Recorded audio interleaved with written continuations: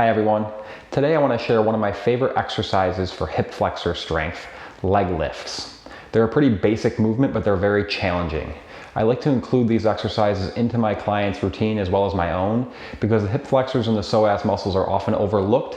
They're not really a popular muscle to train, but they're going to be very beneficial to keep strong. Over time, having strong hips is going to keep us from falling as we get older. It's just going to help us walk better, jump better, move better. Very, very important to keep these muscles strong.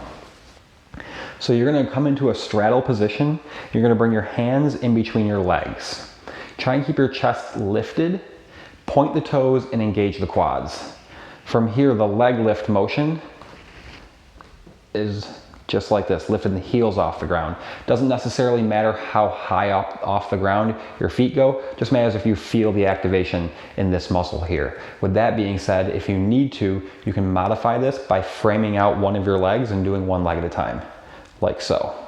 You're gonna notice that if you lean back, this is much easier. You can sort of cheat this to get higher. I would prefer that you stay seated up or even leaning forward and not going quite as high rather than leaning back and getting your leg up higher, okay? So if you compensate by leaning back, it's not really gonna get as much out of the exercise as you could by staying leaning forward. So with that being said, a harder version is gonna have your legs together and actually leaning forward as much as you can. That's significantly harder.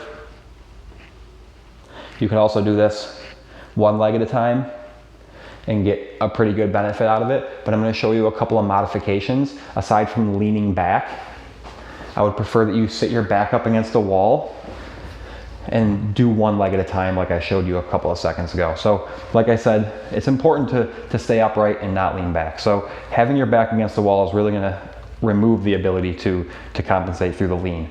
And one leg at a time, here, okay? One thing you wanna focus on is controlling this drop. You don't wanna just die out and let your heel smash into the floor. You wanna control that. Another way we can do that is by adding a little bit more difficulty into this exercise, including some circles. So you really don't have a choice. If you can get through a rep of these, they have to be controlled. You can't necessarily just wing them, right? So you can circle backwards, and then you can circle forwards. They're both pretty difficult. I usually rotate between the regular leg lifts. I'll do 2 sets of 10, and then I'll do the circles backwards, 2 sets of 10, and then forwards. I suggest doing that a couple of times a week and working your way up to more, especially if you don't train this muscle. Pretty beneficial, pretty simple. You don't need any equipment. You don't need much space, but you'll feel the burn. If this video is helpful, please hit that subscribe button. I'll give you more videos and exercises on calisthenics and yoga. I hope you enjoyed. Have a great workout.